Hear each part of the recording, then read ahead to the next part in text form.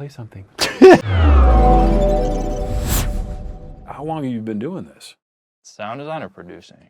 Oh, man, that's a good Or question, music. because they're both two exclusive things. Yeah, music since I was drumming 7 or 8.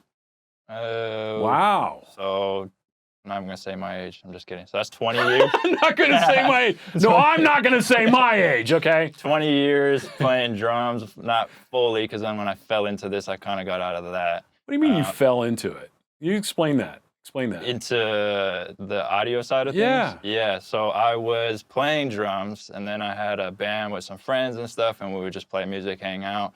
And then we went to a studio to record.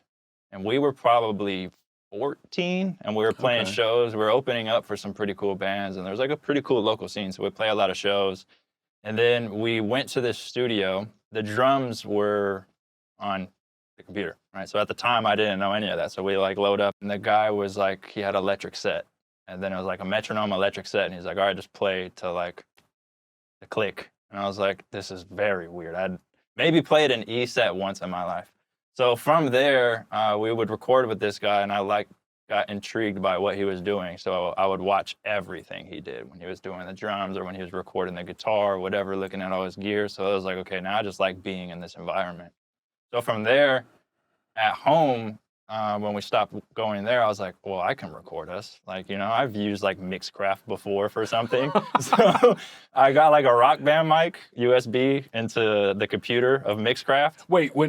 Rock Band mic? Yeah, so Rock Band. The game? Yes. It has a microphone that's USB. So I'm 13, 14. I don't even remember what age. It fits. So man. it's like, cool, let's plug that into the computer. I got Mixcraft, like a demo of it. I would have one overhead for the entire drum set in my garage. So record that. And then I think I had 2 Rock Band mics, or one of my friends had a Rock Band mic. So I had a port on my kick drum. So I ported that and then one overhead for the rest. I was like, you got to hear the kick, right? So, this is where lo-fi came from. Like, you know. So I started recording that. Long story short, just doing that in high school at the time, there was a multimedia class where we were learning like Photoshop, video editing, and we started getting into like a little bit of mixing and stuff. So it was like a whole multimedia class, but there was a studio in there as well, which is really cool, which is super random. So from there, of kind of recording that, I got really interested in what he was teaching for audio at the school, my teacher. Shout out D-Rob. He's definitely one of the people that like put me onto a lot of D-Rob. I tell him every time. And it came full circle. But to speed it up, pretty much there, fell in love with audio engineering. I was watching YouTube tutorials like all day long. He had me run the school studio, so all the kids that wanted to come record, or I'd be recording like the choir. Then I ran the mixing board for the theater, because there was a theater part of it too. Right. So we did a lot of video editing, photos, all that type of stuff, all multimedia, but I was really like stuck on this audio thing. So from there, one of my friends, Tim, was rapping. He had been doing it for a while. So I started recording. He was recording himself, but I was like, you know, I can record you. So I got a job part-time, because you can only work so many hours when you're in school, and saved up a whole bunch of money, bought some KRKs, a little interface, built like a custom PC for like $400. You know that is nothing. Yeah, computer. I mean, that's tough to do on $400 bucks, but $400 or $500, but something that could get it going. Then started engineering, recording everybody. I was really just engineering, mixing, mastering songs. And then my friend told me to make him some beats. Trying to speed this up because it's a long story. I mean, it could be a long time. Shouldn't have went this far, but you can cut this up however you want. Long story short, fell into making beats because he was rapping. So he's like, make me some beats. We started working together. And then I was slowly walking past my drum set more and more every day to go to the little studio I had, which is sad. But from there, that's all I was doing, just making beats, recording, mixing. And then years later, falling into the YouTube thing, because it wasn't planned as well. And then that kind of took off, fell into sound design, and then. So give us a little bit of insight about how that all started and how quickly it took off for you. So I was trying to sell beats, make beats and sell beats. And I was still working, but I was getting closer to being like 20. I was probably turning 19. I was getting close to being 20. And I was like, all right, I'm working part-time, I'm doing music, and I purposely didn't go to school so I could focus on this. I did go to one class, music industry class.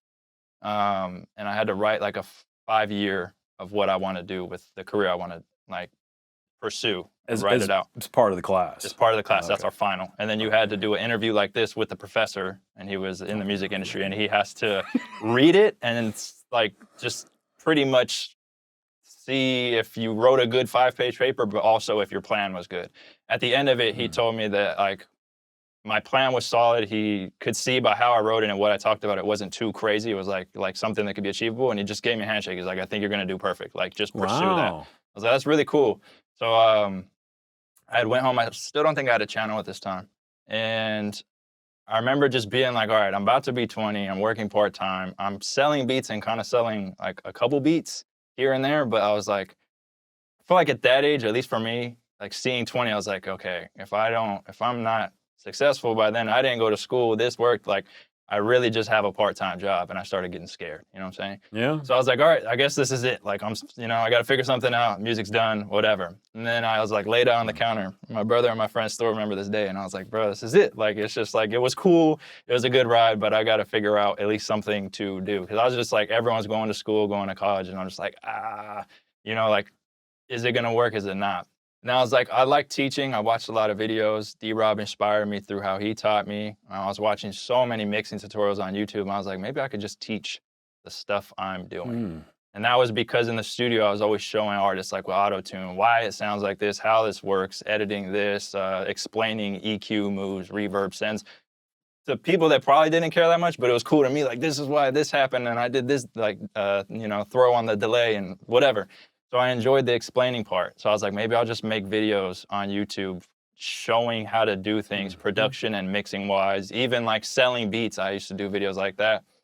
And that's where I just was like, all right, I'll try it. So I had an iPad and a mic. I didn't even have a camera at the time. It was like a super weird aspect ratio when I'd edit. I found out a way to screen record. And I would literally make a video and go to work. Make a video, go to work. Get home from work, make beats, trying to sell beats, edit the video, put it up. And I was dropping almost like 5 to 6 videos a week. Wow. On anything. Like, all right, this plugin, I learned how to use it. I would type in if there's a tutorial for it. Nope. So I'm like, cool, I'm going to make a video on that. I'm going to make a video on how to sell beats on Instagram, how to do this, how to upload beats to BeatStars, because there was no video explaining that. And that was one video that led to me actually doing work for them and making content for them and explaining things, and like they joined in. The channel was very small, but a lot of people were like, like the first 10 people that ever watched my channel, they see BeatStars join like the live chat and just say like, hey, cool video, we like what you did, thanks. And everyone, including myself, was like, oh, it's BeatStars. I was like, we made it. But it was like 10 people in a live. And I used to go live off my phone. So I'd like have this set up and then I'd go live on my phone because I didn't know how to live stream. Right. So I'd just go like hit live on YouTube and like throw it up right here and be talking while it's playing and like listen to people's music and just have fun. And it just snowballed from there. Like just kept going and going and going, and then just finding new ways and having fun with it. Honestly, that's really all it was. Well, I think I understand a little bit about why. I mean, for one, you're incredibly driven. You're very passionate about what you do, and that's something that you can't fake. Yeah. When people can sense that from somebody, then it's like a magnet. Because there's so much fakery out there, and so many people that just script everything. And, so it's great that other people can hear this because, how many things you were doing during a week. I mean, you had a day job. You also were, busting these out as quickly as you could. I mean, 7 videos a week. Yeah. That's crazy. I wasn't editing them much, so that's what helped. But yeah, 7, I would just record. I had so many ideas. It was endless. Okay. And at the time, there wasn't that many tutorials. There was a handful of people. It's still pretty small. Like, it's probably under 50, maybe under 30 people that are consistently dropping tutorials for like production in specific genre. If we're talking about all these different types of genres, then it's a lot more. But still, even at that point, what are we talking? 100, 200 people that might make like production videos all the time. So, but at that time, it was even smaller. Like I said, I didn't even know how to like screen record or live stream at first. So like, it was really just studying, watching, and then just trial and error. Like, I would have skipped a lot of years if I started maybe at 2018 up, because there was a lot more ways to learn how to do things. But I remember I'd have to just listen to beats and just like, okay, that sounds like this is happening, right? Or like I'd maybe listen to like a DJ Mustard song that came out like YG, and there would be like this weird thing happening with the hi-hat. So like, doo, doo, doo, doo, doo, doo, doo, doo, doo. And I'm like, what is that noise? And then you find out it's just like a phaser or a chorus on it, you know? But like, you had to sit there and maybe try to read through forums to find sounds. Like, it was just, I didn't start super back then, right? So it's still a time where it's like digital and there's DAWs, but it wasn't like, oh, I want to learn how to make this sound. I'm going to type it into YouTube and there's probably a video for it. Like, it was still very like trying to join people's live streams and stare at their computer screen like, what's that plugin? Yeah, what's open? Give me the magnifying glass. Exactly. Or watching something with sound design, you're just like staring at it, like trying to figure it out or dissect how a sound was made. Now you could probably type in how to make a Reese bass and it's gonna come up with something, right? Yeah. But I was also doing like, okay, if I figure that out and I type that in and it's not there, I'm gonna make a video for it. And I still do that to this day. Like, I had a problem with OBS, with using synths and all that stuff, and I couldn't find a workaround. I finally did through a forum. I shouted that guy out in the forum and then made a tutorial about how to do it so other people that have that problem can like bypass that issue. So you have a joy that you get out of educating people at the same time. That's part of this. Yeah. So giving back, I mean, that's why I think that you're successful is because, you know, you're genuine and people get that, right? Thank you. So yeah, I mean, certainly that's why you're in here today, is because we met you at NAMM finally in the flesh, and we're just like, this guy is humble and he's cool. Thanks, man. So yeah, and we're glad to have you here. Likewise. I got other questions, but I kind of went way off script here, you know. So I think, you know, some of this we're going to have to turn around and look at the screen and let you drive. Before I do that, I just want to ask you, why hip hop? Why trap? Why R&B? Why are those genres so important to you? I just grew up listening to a whole bunch of different type of music. Like, I could still remember coming home from, what grade would that be? Like 4th grade. YouTube was probably still, you can kind of remember what YouTube looked like, right? It didn't really look much anything like it did, right? But it was still there. It was probably 2000, I don't know, 3, 4, something. So the very beginning parts of it. And I remember coming home and just like watching YouTube videos, and I'd watch like a whole bunch of like Neo, a whole bunch of just all day long, just listening to that, right? But I was also listening to like T.I., Chamillionaire, Lil Wayne, just then music that my parents would listen to. So just consuming a whole bunch of different music and just really like skateboarding and listening to it. And then started drumming, right? So then I'd start like really drumming to anything that I could hear, try to learn like grooves and stuff, and then also have a song on and try to play drums over it. Then I started trying to learn like jazz, which is extremely hard on drums, extremely challenging, right?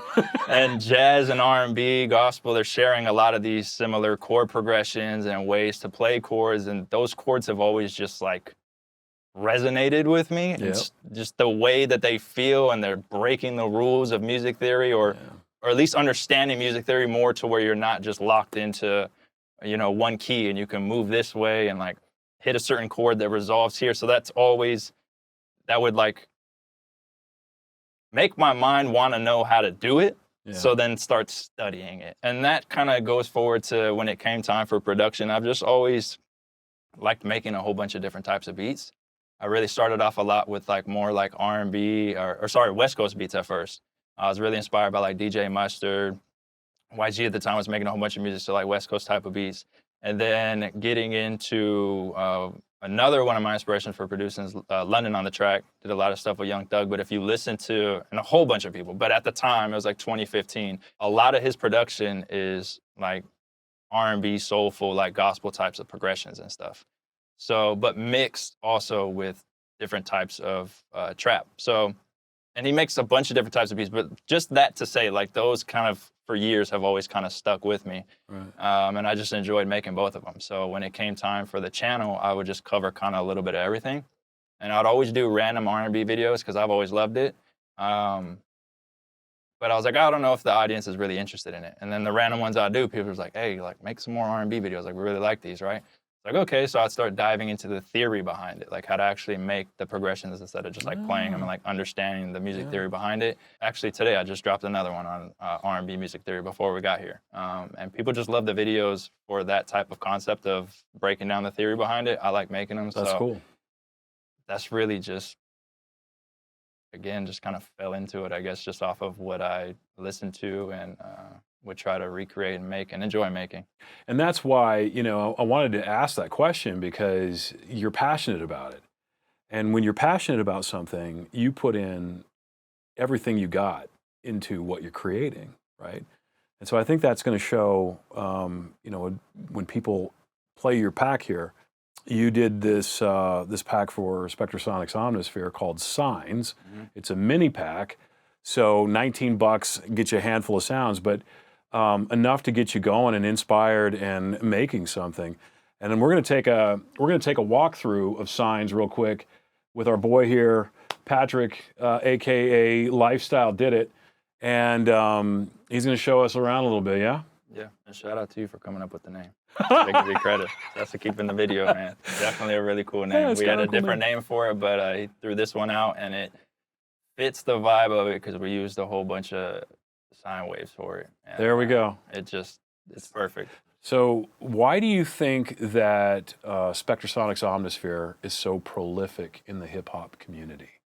Okay, so I could tell you from my experience, but I don't know how it got to that point because I wasn't producing it. But when I started producing, there was like 4 or 5 plugins that everyone was using. There's like 2013, I think. But Omnisphere was like just like the one that you get to use. It's like a ginormous amount of sounds. I feel like at that time, I probably joined in like right at its peak, and it kept going for a few more years. So I don't know what its lifespan was before that, but when I started producing, it was like, okay, here's like 4 things you need, and this was like probably number 1 or number 2 for sure. Oh, okay. Genre based, right? Yeah. This was like one of the main plugins that you're gonna be wanting or using. So I remember spending. I had mentioned at that time I was working super part-time, so I spent all my money to buy it. All of it. It was worth it, but at that time, dude, I'm like working like what? A couple hours on weekends because you can only work so much when you're that age. So it probably took me like 2-3 months of money because minimum wage was lower then too to be able to buy it. But I remember buying the box and being like, yeah, here we go. So could you say it was worth it? Oh, for sure, because we're still using it now. Yes, I sir. feel like, but as far as, that's interesting, right? Because we talk about Omnisphere if we're just using like preset-wise, right? So there'll be trends in VSTs that come and go, and it just depends. It probably gets curated from, now it's different. We have people that are making content online, right? Myself included. But maybe back then it would just probably be what like the biggest producers are using, and then everyone kind of sees that and uses it. But now it's kind of like, okay, a lot of people are using this. So it comes and goes in waves. But I feel like if we're just talking about preset-wise, then it was a little bit back then, right? But if we're talking about sound design, it's still one of the biggest VSTs and engines to use for sound design. So I don't think it has really moved in that area at all. So if your sound design is still good. But to be honest, it's funny because now I'm starting to see a resurgence of Omnisphere, which is crazy, like slowly. Even like a lot of my friends are starting to use it a lot more in their videos. There's just a bunch of classic preset sounds in here that producers have always loved, so. And you've made some new classics, I think. So the title's Signs. Yeah. And I'm gonna ask you, why sine waves? I mean, that's really the play on words here. I mean, I would know, right? Right. Because You made the name.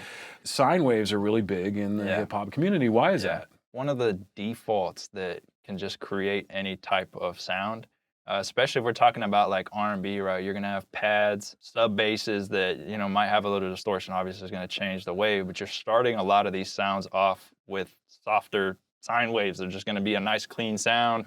You even throw some chorus on it, and the next thing you know, you're hitting a lead, right? If you want a little more aggressive lead, you might go like a square or triangle, but just like that classic, smooth R&B sound, I would say honestly, probably like 90% of them are going to be created from a sine. How much of this particular patch library is sine wave based, do you think? A lot, for sure, because especially if we're talking about like the leads, a lot of those are going to be, but then there's also basses. You got basses. Basses, yeah, exactly.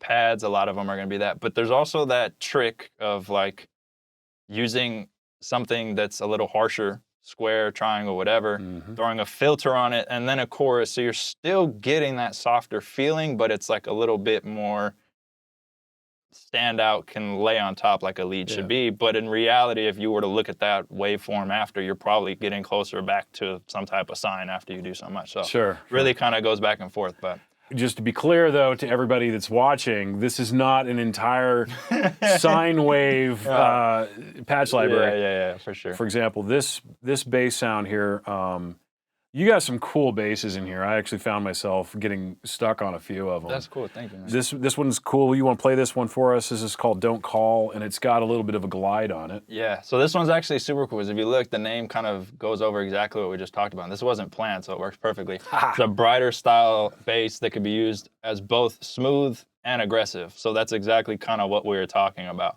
So the mod wheel is going to bring up some distortion, and that kind of blends the two things we were just talking about, where you can have like a softer sine or something a little bit more aggressive. So we have something like that. And then if we bring up the mod wheel a little bit, you can hear my mod wheel. Yeah, thanks, man. So now there's like, in the background, it's really cool distortion happening. And then we have the glide. Yeah. Just gonna leave it on. If we bring it down, it's a little bit smoother, but then for this one, I just kind of wanted it to have both sides to it so that you can have a little bit of a smoother bass, right? But if you want that aggressive tone to it, you can kind of bring it up, maybe if you need it to cut through the track. On these types of like basses, you know, in their most basic form, that's just, right? There's not too much I want to do with modulation because I'm not going to like throw something crazy on. I still want it to stay the bass you're hearing. So a lot of the time I'll just do like a nice little distortion to kind of add some flavor. So maybe you don't need to, we like running our basses through distortion a lot of the time. Maybe you don't want to do that, so you can just turn the mod wheel up. This one's, I like to go really aggressive with it too sometimes so that you have that option, right? Because like maybe, you know, if you're making R&B or something, you're not gonna want necessarily that aggressive of some distortion on it. So I just leave that option to where you can kind of get a little bit or more, or if you want it to go all the way up, you can. And that's just because, again, I'm kind of thinking to make it easier so people can just stay here and not have to go throw effects on it. Sure, and there's modulation wheel control on everything, which helps a lot because it just adds more diversity to the sound and more real-time control, which is great. Yeah, some of these though, if we get outside of like basses and whatnot, we get into some that have like really cool modulation on it that do control more than just like some distortion. I'm trying to remember, there's a bass in here that's very, I was surprised to hear it. It's very synth wavy. There's one right there. Yeah, these are like you can even play that. You could play that even up higher too. Isn't that cool? So see, we get back into this. This is why sound design's fun, and we can nerd out on this. But you have like, oh yeah, we have basses, right? But this is also a lead. Like you don't have to play it as a bass. So that's what's really cool. Is like, yeah, you see bass, you're like, oh, I'm gonna play lower notes, but there's leads in the bank, but also like you can just take one of these basses and go up higher and then get like really cool like lead sounds, which is that's oftentimes how I like to play too. I like to be down here and then I like to do you know jump an octave or something, you know, and if it sounds as good and clean, it's just like, okay, exactly, because we're just working with waveforms. So it's funny when people are like, oh, what lead did you use? And you're like, it was a bass. But it's like a bass on paper, but it's just something played higher, right? So it's cool. There's actually a really cool bass that's obviously like lead, but yeah. So you got a few basses. What about, you got bells here. I know the bells are pretty cool. Yeah. This one's just more like, for this I was that's why I called it flip phones, which is kind of funny, because it kind of gave me like an old school, like digital type of sound, right? So like a lot of these sounds are cool, and then we could turn the mod wheel up here. And and then we have something like kind of cool happening in the Yeah, background. I actually like what you did with this particular sound, because if I'm not mistaken, you're modulating the filter envelope parameters, right, with that? Let's dive in. Yep. So the depth of it. There it is. So these are just more like classic, real like nice classic R&B sounds, right? So you can get some like cool 7/8 Love out of that. it. Love that. It's so smooth. And then can you throw the mod wheel for me, please? Yeah. Thank you. Let's see what this does.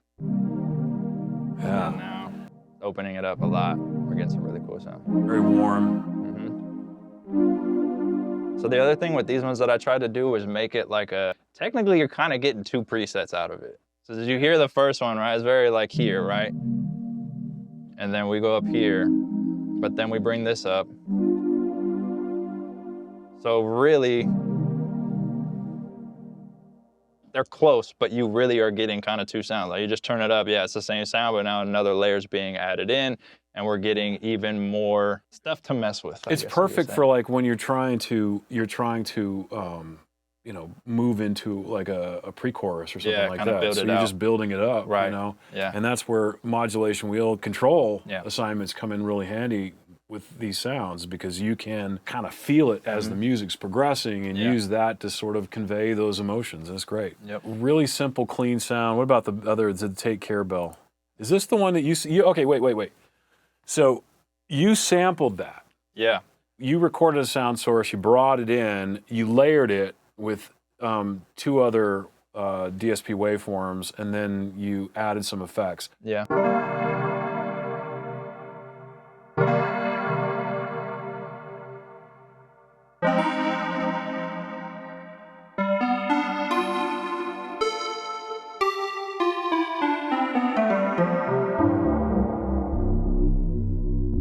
Okay, wait, now turn this up a little bit. Here we go.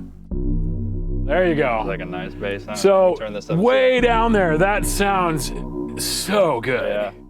You could kind of use this just for like some sound effects too, if it was just like a impact sound. Yeah. Well, I was like getting film score vibes. That's what I'm saying, exactly. Yeah, like throwing into something. Yeah. So for hip hop and beyond, this is a great sound. So let's go to the next one. Go with purple. Why purple? I have no idea. I just thought that'd be a cool. You saw the color purple when you played it. It matches the vibe of the kid. I saw retro, and I feel like we already did a retro one for the other one. So again, another very nice, long, classic R&B type of pad. That's nice.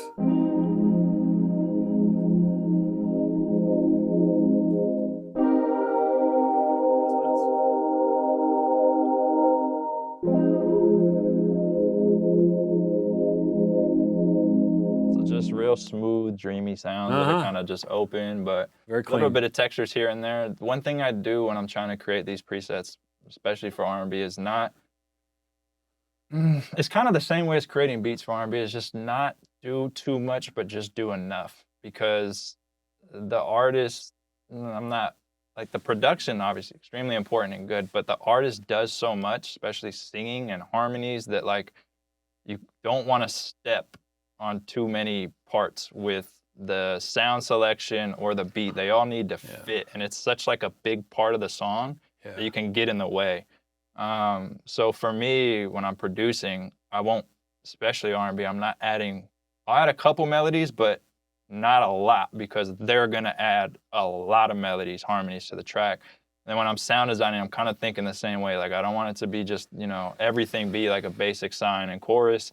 There's textures here and there, but a lot of it is kind of filtered, not too much high-end, little things going on to keep it interesting, but not like something I would make if I was making like a pack that was going to be for like something like darker trap or something, where there's a whole bunch of really cool stuff going on the high end, and like delays and little bits of things being thrown, and just having fun with like getting crazy sounds, because it's just not going to fit. And I kind of think that way. Yeah, so I try to make sure it fits. And really with all these, I just will create them, have a beat playing in the background, and kind of make sure they fit. And I'll also, like, for example, like a lead. If I'm making a lead, I'll bring up a song, just open up Spotify, put on like a song, and then use the lead in it. and see if it fits. Like, obviously, it might not fit that track, right? But does it sound like it can be used on a beat or on a song? And if I'm playing it and I'm like, even if I spent like an hour, I'll mess with it a little bit more. But if it just doesn't,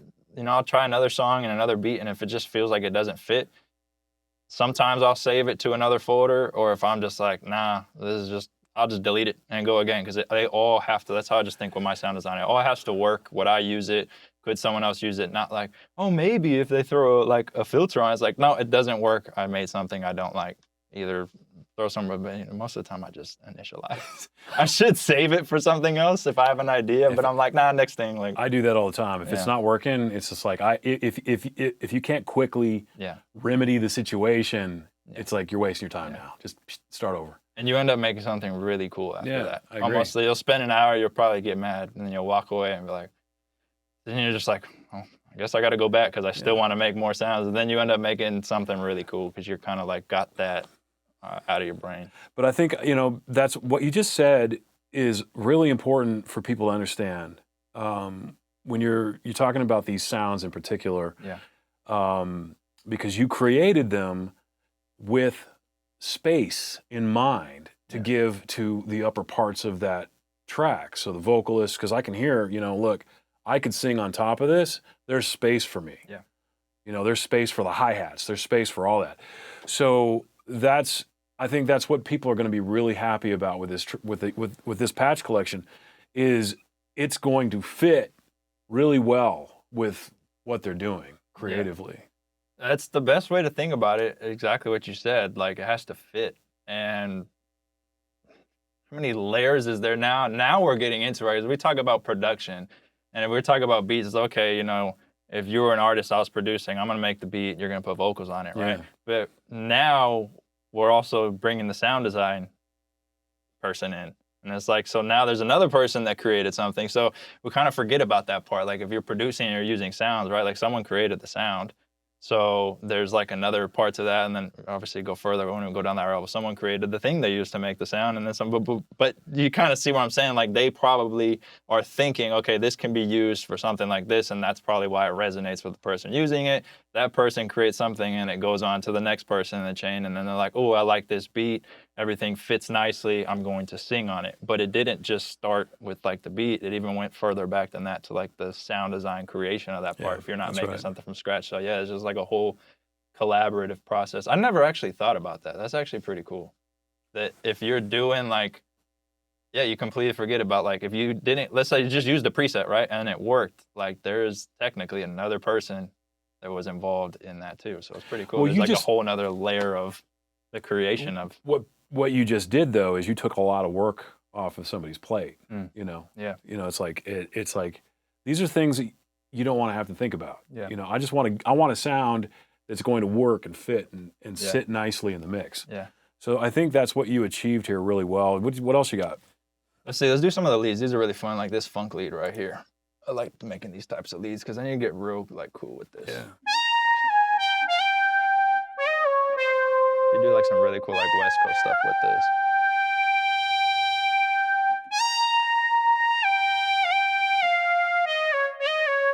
There we go to a couple more. This UFO one. Okay, so did you ever the game Destroy All Humans? Did you ever play that game or know about that game? No. No? And I game, and that's the thing. I don't know. It's a really old game. Like, it came out on I think just the Xbox. Okay. And it was like a little alien game. Called Destroy All Humans. Oh, it's such a fun game. I think maybe you would like it. But I love this stuff. So you have something that would inspire you from your past. And you've made a patch. So it's funny. I was watching someone stream GTA, like a live. So I had that in the background. And I was like, okay, I kind of want to make like a San Andreas like type of lead, right? So then I was like, it needs to be a little bit more aggressive, not just a sign. But then I was like, I don't know why I thought of Destroy All Humans, and I was just like, oh, that'd be cool to make like a UFO-ish type of lead. So it's just super basic, like modulation happening with the pitch, but it gives like this really cool and it's like a delayed. So you get like the first clean signal, and then there's like a small bit of delay, and then the modulation starts to happen. Okay. So it happens after. So it's like basic, and then woo. then when you play this, it gives it like a really cool, like, it happens at the end, right? So if you keep going here, it's all good till you let one like ring out, and it kind of just reminds me, the leads I'm playing obviously don't fit Destroy All Humans, but if you ever played the game, you can kind of imagine like, oh, that actually worked. I didn't expect that to work. That kind of sounds like an alien type of like, and then that takes away from it. Obviously we're talking about that, but this basic form just kind of sounds like an abduction's happening. I'm so happy. I had no idea, but I was like, oh, maybe this note, that was so cool. I was like, I was just about to tell you, I'm not gonna be able to like make a UFO type of like melody, but that's now you need to do the one from Close Encounters. And we have a whole bunch of pads in here. So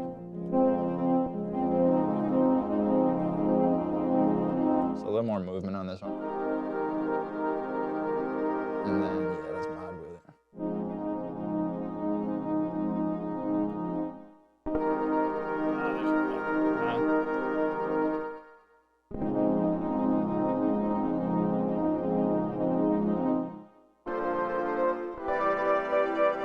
This one, I just try to get a little more creative because I don't want them all to be necessarily that similar, smooth, signy, you know, chorusy type of thing. So it's okay, there's some more in here that kind of get creative, but try not to branch off too far from what the pack should be about.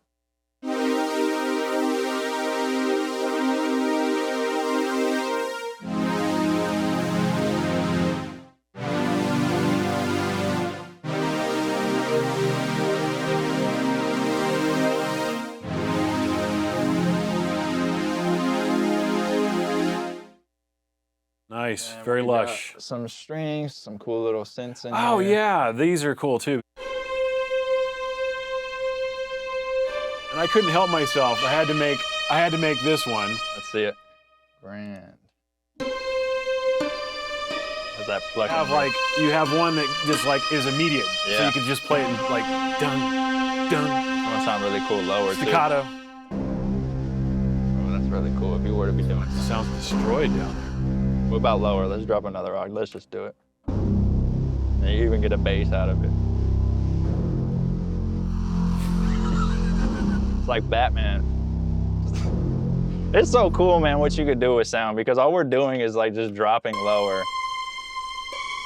Now we're getting like 4. But it wasn't even like, you know, it's just like you could do so many things just by changing what you're playing. So I think that's probably why we love this so much. So I'm seeing a lot of titles here that are funny, like Just Friends. Oh yeah, so I wanted to go like the R&B vibe, man. Like right, yeah. what type of, you know, like what type of, that's what I like to do with my presets, the packs. It gets hard after you make a whole bunch because then you start running out of ideas for names. But yeah, when I'm making these, it just has to fit. And if you read a lot of these, they're just kind of gonna fit like that lovey R&B type of, but also like breakup, sad, like it just things that might be song names. Lonely. Yeah, heartache. Heartache. But then you have like random things that Love, make hate. you a little bit happier. You're left on red, it's a bad day. Don't call. Love, hate, that kind of explains the whole pack, right? There's like, that's that love sound, but then when we got down here to this other, where did it go? This one. You get that like hateful, it's just mad. There's just a whole bunch of different types of things in here. And then we just get back to some different types of things again. More synths. Listen to that. Really detuned. A little bit like lo-fi too. Okay, so this is what I like to do more so on like different things that aren't R&B, is like textures and breaking parts that are happening in the background that you can kind of hear like happening in the very back. But I'm like, you know what? Maybe some people could find it cool for the genre, so I will add it on like maybe like the mod wheel, so it's like not there, but if you want it there, it's there because it could fit. But I might not put it on like the main thing because maybe someone doesn't have a mod wheel, they don't use it, or don't even know what it is. So that first sound is like this. And they're like, I don't want that little thing in the back. So it's like, okay, well, let me start it without it, but I'm going to allow you to have it. So if you put it, you're like, oh yeah, that's cool. And I just sometimes do that too. Maybe just rapid fire, take us through some sounds, like one at a time.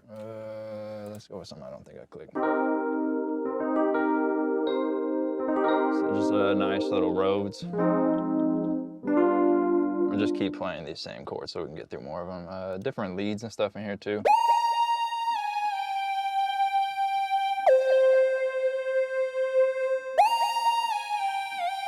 That'd be perfect. We'll just mess with that as we go. Lead X, let's go.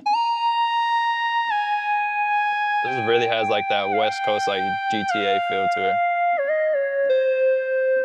Definitely can hear these used for like blasts and stuff. Let's go the classic. I love these. This is like your classic just sign. You know, nothing crazy. Got a little bit of movement, a little bit of chorus, nothing crazy. And these are just like the ones you always need when you're making these types of things, right? So we always got to include one of those.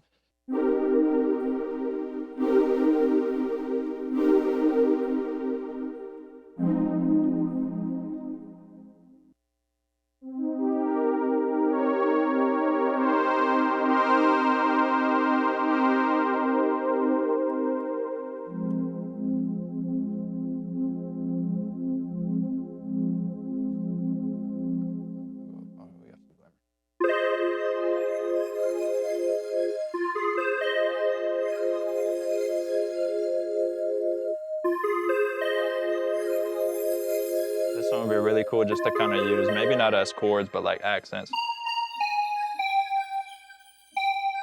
kind of let that like mess around in the background. Yeah, these ones are cool. These could be used as long basses plucks too if you want to just pluck them. They're kind of still like that, but it has like that pluck longer bass, so you get that pluck in the beginning, but also holds out just a little bit. Kind of creates like,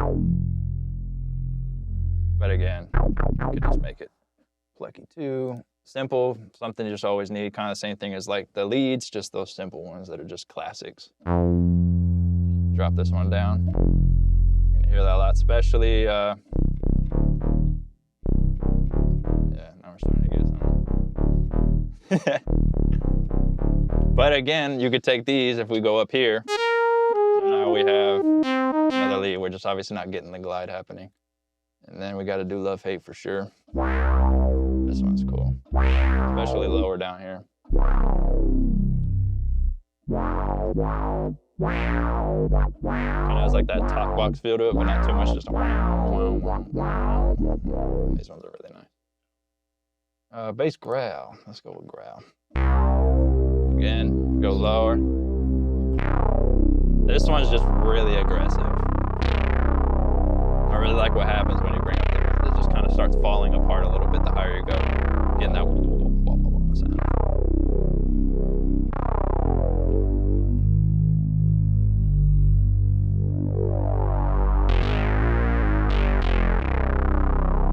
This would be really cool for like the weekend if you were making like a track for the weekend. This is the one I was trying to get you to play earlier. Oh, okay, yeah. This is the one that I got on and I was like, oh, I'm here. I'm just gonna play this. Yeah, it's really fun. It has that.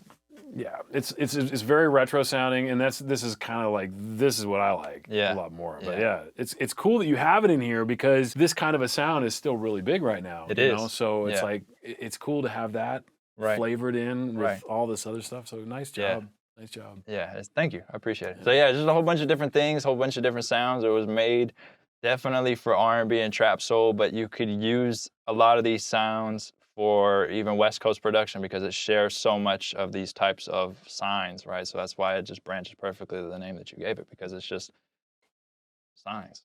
All it is, just sine waves, cool little sounds, things you can use for a whole bunch of different genres. Because again, a lot of these things get mixed. So we're talking about like this type of bass, again, would be really good for like the weekend for certain tracks, but he's not just making things like that, he's also making different types of production. So kind of all comes together to just give a pack that covers a lot of different things, R&B to Trap Soul to the West Coast types of productions, just kind of depending how you use the sounds. And then again, with the mod wheel, you can kind of change things up and it just gives you a whole bunch of different ideas and ways to create. And at the end of the day, that's really all it's about. All right, so thank you, Patrick. LifeStyleDidIt. Signs, Spectrasonics Omnisphere. Yes, pick it up, it's $19. Thank you. Let's go. Right. Thanks for coming in, man. Good to see you. Perfect. Look at that.